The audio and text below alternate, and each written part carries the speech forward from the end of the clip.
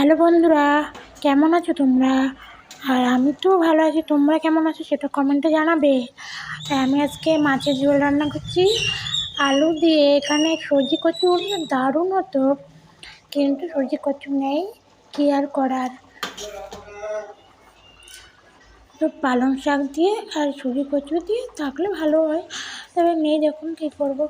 তাই আলু দিয়ে করে নিচ্ছি, মাছগুলো দিয়ে দিলাম লাস্ট। তোমাদের সঙ্গে দেখাচ্ছি কারণ অনেকটাই লেট হয়ে গেছিলো, তাই জন্য এই রেসিপিটা তোমাদের সঙ্গে শেয়ার করিনি। আর দেখো আমার তরকারি প্রায় হয়ে এসছে, এখন গরম মশলা দিয়ে নামালেই হয়ে যাবে। খেতে কিন্তু দুর্দান্ত হয়েছিল। আমি তো রাত্রেবেলা এডিটিং করছি, দারুণ হয়েছে দারুণ। আমার বউ তো পুরো খেয়েই যাচ্ছে, বলছে ভাত দাও ভাত দাও। আমি দুবেলার তরকারি করেছি, ও একবেলাই শেষ করে দিয়েছে। অল্প একটু আছে আমার জন্য, রাত্রে খাবো।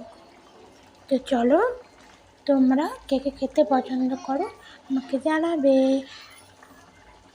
ভিডিওটি ভালো লাগলে অবশ্যই একটু লাইক করবে। বাই।